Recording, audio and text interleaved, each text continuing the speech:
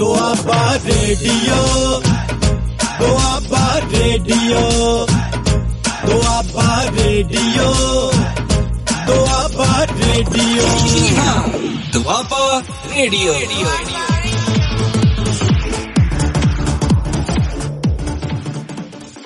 प्यारे विद्यार्थियों, सारिਆਂ ਨੂੰ प्यार भरी सत श्री अकाल। मैं मदन लाल सरकारी हाई स्कूल मूसे ਦੇ ਵਿੱਚ ਬਤੌਰ ਹਿੰਦੀ ਮਾਸਟਰ ਅਤੇ ਇੰਚਾਰਜ ਵਜੋਂ ਸੇਵਾ ਨਿਭਾ ਰਿਹਾ ਹਾਂ। ਅੱਜ ਮੈਂ ਤੁਹਾਡੇ ਸਾਹਮਣੇ 6ਵੀਂ ਸ਼੍ਰੇਣੀ ਦੀ ਪੰਜਾਬੀ ਦੀ ਪਾਠ ਪੁਸਤਕ ਵਿੱਚੋਂ ਇੱਕ ਕਵਿਤਾ ਤੁਹਾਨੂੰ ਸੁਣਾਉਣ ਜਾ ਰਿਹਾ ਹਾਂ।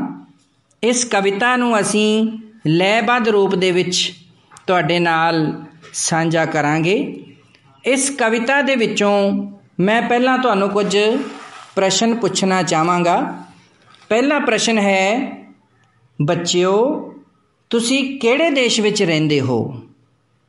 ਵੈਰੀ ਗੁੱਡ, ਤੁਸੀਂ ਬਿਲਕੁਲ ਸਹੀ ਸੋਚਿਆ ਹੈ, ਭਾਰਤ। ਭਾਰਤ ਦੇਸ਼ 'ਚ ਤੁਹਾਡੇ ਰਾਜ ਦਾ ਨਾਂ ਕੀ ਹੈ? ਇਹ ਦੂਜਾ ਪ੍ਰਸ਼ਨ ਹੈ ਬੇਟੇ, ਭਾਰਤ ਦੇਸ਼ ਵਿੱਚ ਤੁਹਾਡੇ ਰਾਜ ਦਾ ਕੀ ਨਾਮ ਹੈ? ਬਿਲਕੁਲ ਠੀਕ ਸੋਚਿਆ ਤੁਸੀਂ, ਤੁਹਾਡੇ ਰਾਜ ਦਾ ਨਾਮ ਪੰਜਾਬ ਹੈ। ਤੀਸਰਾ ਪ੍ਰਸ਼ਨ, ਪੰਜਾਬ ਵਿੱਚ ਹਾੜੀ ਦੀ ਫਸਲ ਨਾਲ ਕਿਹੜਾ ਤਿਉਹਾਰ ਸੰਬੰਧ ਰੱਖਦਾ ਹੈ? ਬਿਲਕੁਲ ਠੀਕ ਸੋਚਿਆ ਤੁਸੀਂ, ਵਿਸਾਖੀ। ਹਾਂ ਬੇਟੇ, ਆਓ ਅਸੀਂ ਅੱਜ ਵਿਸਾਖੀ ਦਾ ਮੇਲਾ ਕਵਿਤਾ ਤੁਹਾਡੇ ਨਾਲ ਗਾਇਨ ਵਿਧੀ ਰਾਹੀਂ ਤੁਹਾਨੂੰ ਸੁਣਾਉਣ ਜਾ ਰਹੇ ਹਾਂ। ਇਸ ਕਵਿਤਾ ਨੂੰ ਤੁਸੀਂ ਸੁਣਨਾ ਹੈ, ਨਾਲ ਨਾਲ ਤੁਸੀਂ ਗਾਉਣਾ ਵੀ ਹੈ, ਕਿਉਂਕਿ ਜੇਕਰ ਅਸੀਂ ਕਵਿਤਾ ਨੂੰ ਸੁਣਾਂਗੇ, ਗਾਵਾਂਗੇ ਤਾਂ ਫਿਰ ਅੰਤ ਵਿੱਚ ਜੋ ਵੀ ਪ੍ਰਸ਼ਨ ਨੇ, ਜੋ ਵੀ ਆਪਣਾ ਪਾਠ ਅਭਿਆਸ ਹੈ, ਬੜੇ ਵਧੀਆ ਢੰਗ ਨਾਲ ਤੁਸੀਂ ਪ੍ਰਸ਼ਨਾਂ ਦੇ ਉੱਤਰ ਦੇ ਸਕਦੇ ਹੋ। ਤਾਂ ਆਓ ਆਪਾਂ ਪੜ੍ਹੀਏ ਵਿਸਾਖੀ ਦਾ ਮੇਲਾ।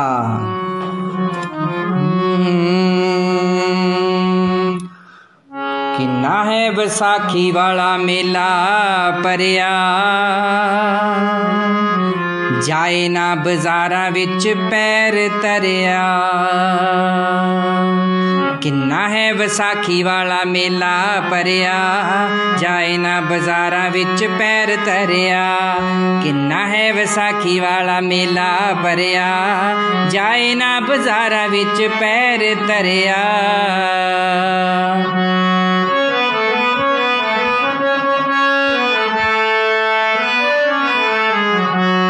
ਕਿੰਜ ਹਟਵਾਣੀਆਂ ਨੇ ਪਾਈਆਂ ਹੱਟੀਆਂ, ਦੋਹੀ ਹੱਥੀ ਕਰਦੇ ਸਵਾਈਆਂ ਖੱਟੀਆਂ। ਕਿੰਜ ਹਟਵਾਣੀਆਂ ਨੇ ਪਾਈਆਂ ਹੱਟੀਆਂ, ਦੋਵੇਂ ਹੱਥੀ ਕਰਦੇ ਸਵਾਈਆਂ ਖੱਟੀਆਂ। ਲੱਡੂਆਂ ਜਲੇਬੀਆਂ, ਲੱਡੂਆਂ ਜਲੇਬੀਆਂ ਦੇ ਭਰੇ ਥਾਲ ਨੇ, ਖਾਣ ਦੇ ਸ਼ੌਕੀਨ ਖੜੇ ਬਨ ਪਾਲ ਨੇ। ਕਿੰਨਾ ਹੈ ਵਿਸਾਖੀ ਵਾਲਾ ਮੇਲਾ ਭਰਿਆ, ਜਾਵੇ ਨਾ ਬਾਜ਼ਾਰਾਂ ਵਿੱਚ ਪੈਰ ਧਰਿਆ।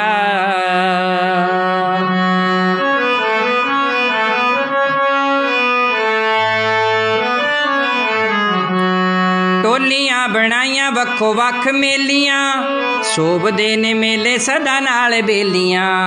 ਟੋਲੀਆਂ ਬਣਾਈਆਂ ਵੱਖੋ ਵੱਖ ਮੇਲੀਆਂ, ਸ਼ੋਭਦੇ ਨੇ ਮੇਲੇ ਸਦਾ ਨਾਲ ਬੇਲੀਆਂ। ਸੀਟੀਆਂ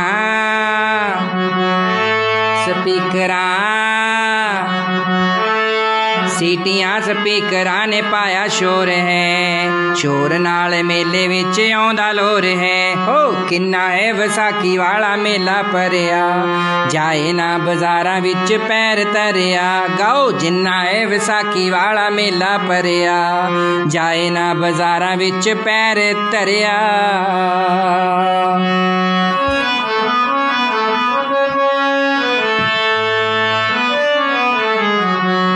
ਕੱਪੜੇ ਨੇ ਪਾਏ ਲੋਕਾਂ ਰੰਗਾ ਰੰਗ ਦੇ, कुड़ते ते चादरे ने कई टंग दे हो कपड़े ने पाए लोका रंगा रंग दे कुड़ते ते चादरे ने कई टंग दे कीती हुई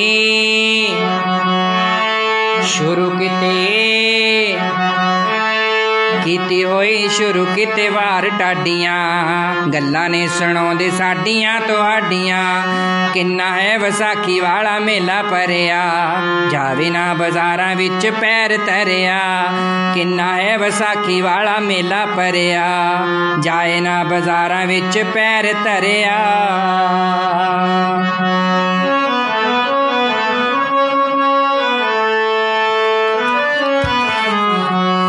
किधरे पंघोड़े ते चंडोल किधरे सुनदे कविशरां दे बोल किधरे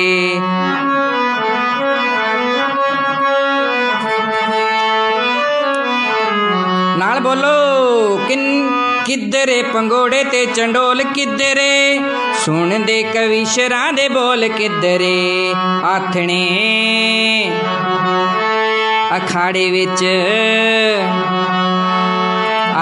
अखाड़े विच ढोल वजदे शेरा वांग मल ने अखाड़ी गजदे किन्ना है विसाखी वाला मेला भरिया जाए ना बाजारां विच पैर धरिया किन्ना है विसाखी वाला मेला भरिया जाए ना बाजारां विच पैर धरिया।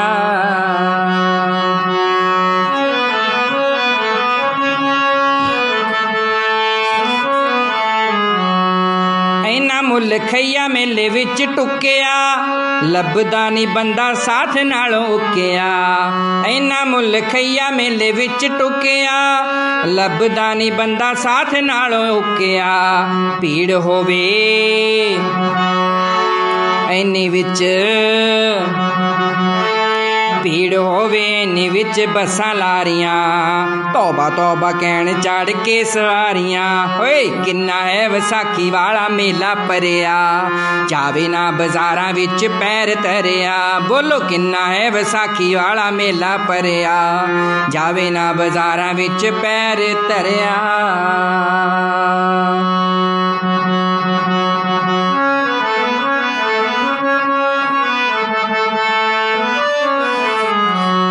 धुप धूड़ तक्के जेड़े जर सकदे मेलियां दी सैर सोई कर सकदे धुप धूड़ तक्के जेड़े जर सकदे मेलियां दी सैर ओही कर सकदे फुल्लां विचों फुल सोभदे फुल्लां विचों फुल सोभदे गुलाब दे मेलियां चों मेले रंगले पंजाब दे किन्ना है विसाखी वाला मेला भरिया जावे ना बाजारां विच पैर धरिया किन्ना है विसाखी वाला मेला भरिया जावे ना बाजारां विच पैर धरिया। हाँ बेटे किहो जी लगी कविता? बहुत वधिया शाबाश। मैनू पता है तुसी भी नाल इंजॉय किया होना गाया होना ठीक है। तो बेटे हुण असीं इस कविता दा पाठ अभ्यास करन तो पहला थोड़ा जिहा तुहानूं होर मैं विसाखी बारे दसदा हाँ। विसाखी आई विसाखी फसलां दी मुक गई राखी। पंजाब दे सभ्याचार इतिहास ਅਤੇ धार्मिक विरसे नाल जुड़े मेलिਆਂ ਵਿੱਚ विसाखी दी अहम थां है। ਇਹ ਹਾੜੀ ਦੀ ਫਸਲ ਨਾਲ जुड़िया ਵਾਢੀ ਦਾ ਤਿਉਹਾਰ है। ਖੇਤਾਂ ਵਿੱਚ ਸੋਨੇ ਰੰਗੀਆਂ ਲਹਿਰਾਉਂਦੀਆਂ ਪੱਕੀਆਂ ਕਣਕਾਂ ਦੇਖ ਕੇ ਕਿਸਾਨ ਸਿਰਜੇ ਆਪਣੇ ਸੁਪਨਿਆਂ ਨੂੰ ਹਕੀਕਤ ਵਿੱਚ ਤਬਦੀਲ ਹੁੰਦਾ ਦੇਖਦਾ ਹੈ। हड भनवी मेहनत तो बाद हाड़ी की फसल साम संभाल करके किसान मेला वेखण लई जाते हैं। विसाखी के दिहाड़े 13 अप्रैल 1699 खालसा पंथ की सिरजना ने इस इतिहास नूं सदीवी बना दिता है। विसाखी का मेला चढ़दी कला का प्रतीक है। पंजाबी कवि धनी राम चातरक ने विसाखी का मेला कविता विच अपने जज्बात ਕੁਝ ਇੰਜ ਬਿਆਨ ਕੀਤੇ ਹਨ। ਤੂੜੀ ਤੰਦ ਸਾਂਭ ਹਾੜੀ ਵੇਚ ਵੱਟ ਕੇ, ਲੰਬੜਾਂ ਤੇ ਸ਼ਾਹਾਂ ਦਾ ਹਿਸਾਬ ਕੱਟ ਕੇ, ਸੰਮਾਂ ਵਾਲੀ ਡਾਂਗਾਂ ਉੱਤੇ ਤੇਲ ਲਾਏ ਕੇ, ਕੱਛੇ ਮਾਰ ਵੰਝਲੀ ਆਨੰਦ ਛਾ ਗਿਆ, ਮਾਰਦਾ ਦਮਾਮੇ ਜੱਟ ਮੇਲੇ ਆ ਗਿਆ, ਮਾਰਦਾ ਦਮਾਮੇ ਜੱਟ ਮੇਲੇ ਆ ਗਿਆ। ਤਾਂ ਇਹ ਸੀ ਬੇਟੇ ਵਿਸਾਖੀ ਬਾਰੇ। ਹੁਣ ਅਸੀਂ ਕਵਿਤਾ ਪੜ੍ਹੀ, ਕੁਛ ਹੋਰ ਵਿਸਾਖੀ ਬਾਰੇ ਜਾਣਕਾਰੀ ਪ੍ਰਾਪਤ ਕੀਤੀ। ਮੈਨੂੰ ਆਸ ਹੈ ਕਿ ਤੁਸੀਂ ਕਵਿਤਾ ਨੂੰ ਬਹੁਤ ਹੀ ਧਿਆਨ ਨਾਲ ਸੁਣਿਆ ਹੈ ਔਰ ਹੁਣ ਇਸ ਕਵਿਤਾ ਦੇ ਪ੍ਰਸ਼ਨਾਂ ਦਾ ਉੱਤਰ ਵੀ ਤੁਸੀਂ ਦੇਣਾ ਹੈ। ਆਓ ਆਪਾਂ ਪਾਠ ਅਭਿਆਸ ਪ੍ਰਸ਼ਨ ਨੰਬਰ 1 ਦੇ ਵਿੱਚ 4 ਪ੍ਰਸ਼ਨ ਨੇ ਉਹ ਹੱਲ ਕਰਦੇ ਹਾਂ। ਵਿਸਾਖੀ ਦੇ ਮੇਲੇ ਵਿੱਚ ਪਹਿਲਾ ਪ੍ਰਸ਼ਨ ਦੇਖੋ ਬੇਟੋ, ਵਿਸਾਖੀ ਦੇ ਮੇਲੇ ਵਿੱਚ ਕਿੰਨੀ ਭੀੜ ਸੀ ਤੇ ਲੋਕ ਪਾਲ ਬਣ ਕੇ ਕਿੱਥੇ ਖੜੇ ਸਨ? ਦੱਸੋ। ਬਹੁਤ ਹੀ ਸੌਖਾ ਪ੍ਰਸ਼ਨ ਹੈ, ਇਹਦਾ ਉੱਤਰ ਬਹੁਤ ਹੀ ਆਸਾਨ ਹੈ। ਹਾਂ, ਅਸੀਂ ਪੜ੍ਹਿਆ ਸੀ ਜਾਏ ਨਾ ਬਾਜ਼ਾਰਾਂ ਵਿੱਚ ਪੈਰ ਧਰਿਆ। ਪੈਰ ਧਰਿਆ ਦਾ ਅਰਥ ਹੈ ਕਿ ਬਹੁਤ ਭੀੜ ਸੀ। ਤਾਂ ਇਹਦਾ ਉੱਤਰ ਕੀ ਹੋਇਆ? ਵਿਸਾਖੀ ਦੇ ਮੇਲੇ ਵਿੱਚ ਬਹੁਤ ਭੀੜ ਸੀ ਤੇ ਲੋਕ ਪਾਲ ਬਣ ਕੇ ਕਿੱਥੇ ਖੜੇ ਸਨ? ਹਾਂ, ਲੱਡੂਆਂ ਜਲੇਬੀਆਂ ਦੇ ਭਰੇ ਥਾਲ ਨੇ, ਖਾਣ ਦੇ ਸ਼ੌਕੀਨ ਖੜੇ ਬਨ ਪਾਲ ਨੇ। ਬਿਲਕੁਲ ਇਹਦਾ ਅਰਥ ਹੈ ਲੋਕ ਪਾਲ ਬਣ ਕੇ ਕਿੱਥੇ ਖੜੇ ਸਨ? ਲੋਕ ਲੱਡੂਆਂ ਤੇ ਜਲੇਬੀ ਦੀਆਂ ਯਾਨੀ ਮਿਠਾਈ ਦੀਆਂ ਦੁਕਾਨਾਂ 'ਤੇ ਪਾਲਾਂ ਬਣ ਕੇ ਖੜੇ ਸਨ। ਤਾਂ ਪੂਰਾ ਉੱਤਰ ਕੀ ਹੋ ਗਿਆ ਇਹਦਾ? ਵਿਸਾਖੀ ਦੇ ਮੇਲੇ ਵਿੱਚ ਬਹੁਤ ਭੀੜ ਸੀ ਤੇ ਲੋਕ ਮਿਠਾਈ ਦੀ ਦੁਕਾਨ 'ਤੇ ਜਾਂ ਮਿਠਾਈ ਦੀਆਂ ਦੁਕਾਨਾਂ 'ਤੇ ਪਾਲਾਂ ਬਣ ਕੇ ਖੜੇ ਸਨ। ਦੂਜਾ ਪ੍ਰਸ਼ਨ ਹੈ, ਮੇਲੇ ਵਿੱਚ ਕਾਹਦਾ ਸ਼ੋਰ ਸੀ? ਬਿਲਕੁਲ ਲੱਭੋ ਇਹਦਾ ਉੱਤਰ। ਅਸੀਂ ਇਹਦੇ ਵਿੱਚ ਪੜ੍ਹਿਆ ਸੀ, ਬੜੀ ਹੀ ਮਿੱਠੀ ਟੋਨ ਦੇ ਵਿੱਚ ਸੁਣਿਆ ਸੀ। ਕਿੱਦਾਂ ਸੁਣਿਆ ਸੀ ਭਲਾ? ਸੀਟੀਆਂ, ਸਪੀਕਰਾਂ। ਹਾਂ, ਯਾਦ ਆ ਗਿਆ ਨਾ? ਹਾਂ, ਤਾਂ ਇਹਦਾ ਉੱਤਰ ਕੀ ਹੋਏਗਾ? ਮੇਲੇ ਵਿੱਚ ਸੀਟੀਆਂ ਤੇ ਸਪੀਕਰਾਂ ਦਾ ਸ਼ੋਰ ਸੀ। ਬਹੁਤ ਵਧੀਆ। ਤਾਂ ਤੀਜਾ ਪ੍ਰਸ਼ਨ ਹੈ ਪੁੱਤਰ ਜੀ, ਮੇਲੇ ਵਿੱਚ ਲੋਕਾਂ ਨੇ ਕਿਸ ਤਰ੍ਹਾਂ ਦੇ ਕੱਪੜੇ ਪਾਏ ਹੋਏ ਸਨ? ਇਹ ਵੀ ਪੜ੍ਹਿਆ ਸੀ ਅਸੀਂ, ਤੁਹਾਨੂੰ ਯਾਦ ਆ ਗਿਆ ਹੋਣਾ।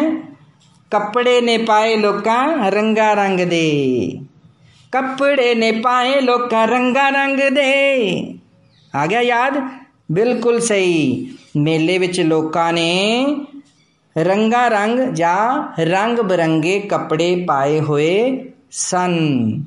ਤਾਂ ਪੁੱਤਰ ਜੀ ਚੌਥਾ ਪ੍ਰਸ਼ਨ, ਸੱਸਾ ਪ੍ਰਸ਼ਨ ਵੀ ਬਹੁਤ ਹੀ ਸੌਖਾ ਹੈ।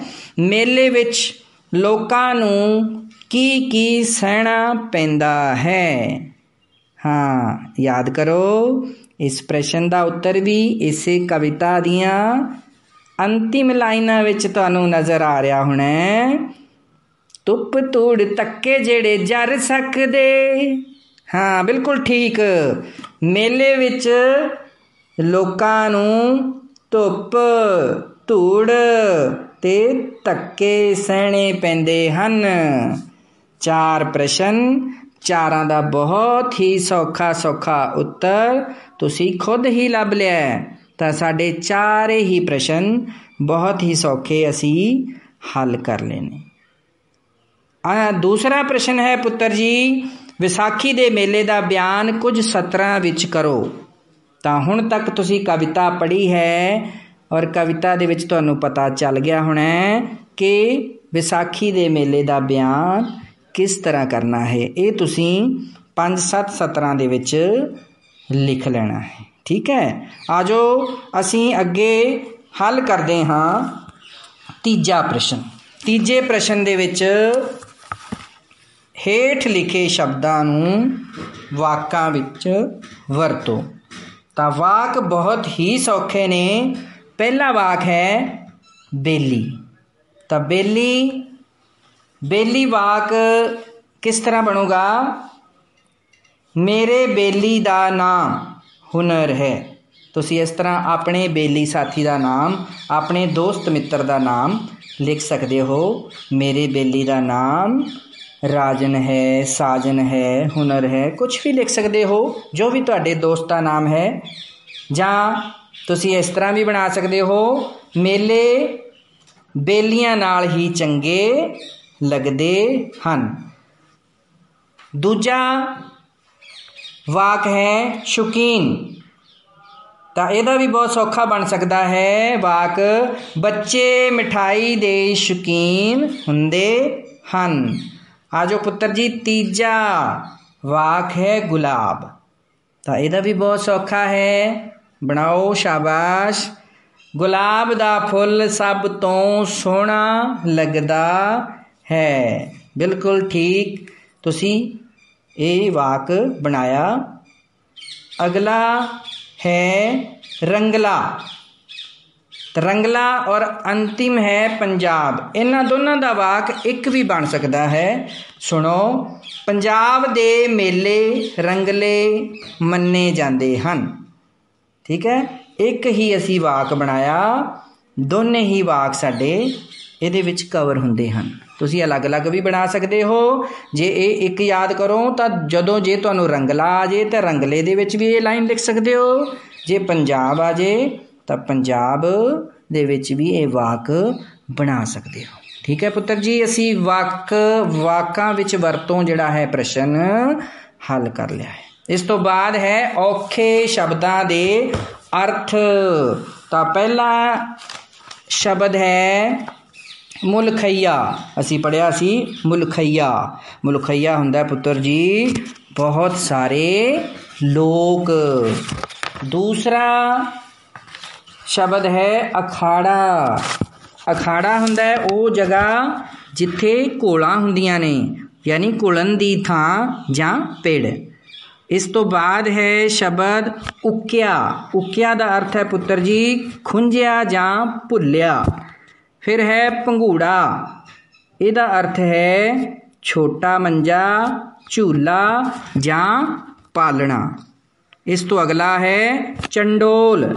ਚੰਡੋਲ ਪੁੱਤਰ ਜੀ ਹੁੰਦਾ ਹੈ ਝੂਲਾ ਜਿਸ ਵਿੱਚ ਬੈਠ ਕੇ ਝੂਟੇ ਲੈਂਦੇ ਹਨ। ਮੇਲਿਆਂ ਦੇ ਵਿੱਚ ਚੰਡੋਲ ਆਮ ਹੀ ਸਾਨੂੰ ਦੇਖਣ ਨੂੰ ਮਿਲਦੇ ਹਨ ਅਤੇ ਤੁਸੀਂ ਕਈ ਵਾਰ ਝੂਟੇ ਵੀ ਲਏ ਹੋਣੇ। ਲੋਰ। ਲੋਰ ਹੁੰਦਾ ਹੈ ਮਨ ਦੀ ਮੌਜ ਜਾਂ ਮਸਤੀ ਵੀ ਤੁਸੀਂ ਇਸ ਨੂੰ ਲਿਖ ਸਕਦੇ ਹੋ। ਢਾਡੀ। ਢਾਡੀ ਹੁੰਦੇ ਨੇ ਵਾਰਾਂ ਗਾਉਣ ਵਾਲੇ, ਉਹਨਾਂ ਨੂੰ ਢਾਡੀ ਬੋਲਦੇ ਹਨ। ਔਰ ਅੰਤਿਮ ਹੈ ਕਵੀਸ਼ਰ। ਕਵੀਸ਼ਰ ਦਾ ਅਰਥ ਹੁੰਦਾ ਹੈ ਕਵਿਤਾ ਕਹਿਣ ਵਾਲਾ। ਔਰ ਅੰਤ ਦੇ ਵਿੱਚ ਬੇਟਾ ਜੀ ਹੈ ਵਚਨ ਬਦਲੋ। ਵਚਨ ਬਦਲੋ ਦੇਖੋ ਤੁਹਾਨੂੰ ਦਿੱਤਾ ਹੈ ਬਾਜ਼ਾਰਾਂ। ਬਾਜ਼ਾਰਾਂ ਬਹੁਵਚਨ ਬਣਿਆ ਹੈ, ਤੁਸੀਂ ਇਹਦਾ ਇੱਕ ਵਚਨ ਬਣਾ ਦੇਣਾ ਹੈ ਬਾਜ਼ਾਰ। ਪਿੱਛੇ ਜਿਹੜਾ ਕੰਨਾ ਲੱਗਿਆ ਹੈ ਅਤੇ ਬਿੰਦੀ ਹੈ ਉਸਨੂੰ ਹਟਾ ਦੇਣਾ ਹੈ ਤਾਂ ਤੁਹਾਡਾ ਵਚਨ ਬਦਲਿਆ ਜਾਊਗਾ ਬਾਜ਼ਾਰ। ਦੂਜਾ ਹੈ ਸੀਟੀਆਂ। ਸੀਟੀਆਂ ਜ਼ਿਆਦਾ ਨੇ ਤਾਂ ਉਹਦੇ ਤੋਂ ਬਣਾ ਦੇਣਾ ਹੈ ਸੀਟੀ। ਠੀਕ ਹੈ। ਤੀਸਰਾ ਹੈ ਸਪੀਕਰਾਂ। ਸਪੀਕਰਾਂ ਨੂੰ ਤੁਸੀਂ ਸਪੀਕਰ ਬਣਾ ਦੇਣਾ ਹੈ। ਠੀਕ ਹੈ। ਚੌਥਾ ਹੈ ਢਾਡੀਆਂ। ਢਾਡੀਆਂ ਤੋਂ ਇਹਦਾ ਵਚਨ ਬਦਲ ਦੇਣਾ ਹੈ ਢਾਡੀ। ਅਤੇ ਅਗਲਾ ਹੈ ਫੁੱਲਾਂ। ਫੁੱਲਾਂ ਦਾ ਤੁਸੀਂ ਬਣਾ ਦੇਣਾ ਹੈ ਫੁੱਲ। ਮੈਨੂੰ ਲੱਗਦਾ ਹੈ ਕਿ ਤੁਹਾਨੂੰ ਅੱਜ ਦੀ ਇਹ ਕਵਿਤਾ ਬਹੁਤ ਹੀ ਵਧੀਆ ਲੱਗੀ ਹੋਵੇਗੀ। ਜੇਕਰ ਤੁਹਾਨੂੰ ਇਹ ਕਵਿਤਾ ਵਧੀਆ ਲੱਗੀ ਹੈ ਤਾਂ ਆਓ ਸੋਹਣੀ ਸੋਹਣੀ ਲਿਖਾਈ ਦੇ ਵਿੱਚ ਆਪਾਂ ਪੰਜਾਬੀ ਦੀ ਕਾਪੀ 'ਤੇ ਪ੍ਰਸ਼ਨਾਂ ਦਾ ਹੱਲ ਕਰੀਏ, ਵਾਕਾਂ ਵਿੱਚ ਵਰਤੀਏ, ਵਿਸਾਖੀ ਦੇ ਮੇਲੇ ਬਾਰੇ ਕੁਝ ਸਤਰਾਂ ਲਿਖੀਏ, ਔਖੇ ਸ਼ਬਦਾਂ ਦੇ ਅਰਥ ਨੂੰ ਸੋਹਣਾ ਸੋਹਣਾ ਲਿਖੀਏ ਅਤੇ ਅੰਤ ਦੇ ਵਿੱਚ ਵਚਨ ਬਦਲੋ ਕਰੀਏ। ਹਾਂ ਪੁੱਤਰ ਜੀ, ਬਹੁਤ ਵਧੀਆ ਲੱਗੀ ਨਾ ਕਵਿਤਾ? ਹਾਂ, ਤਾਂ ਫਿਰ ਅੱਗੇ ਤੋਂ ਹੋਰ ਕਵਿਤਾ ਮੈਂ ਤੁਹਾਡੇ ਸਾਹਮਣੇ ਲੈ ਕੇ ਪੇਸ਼ ਹੋਵਾਂਗਾ।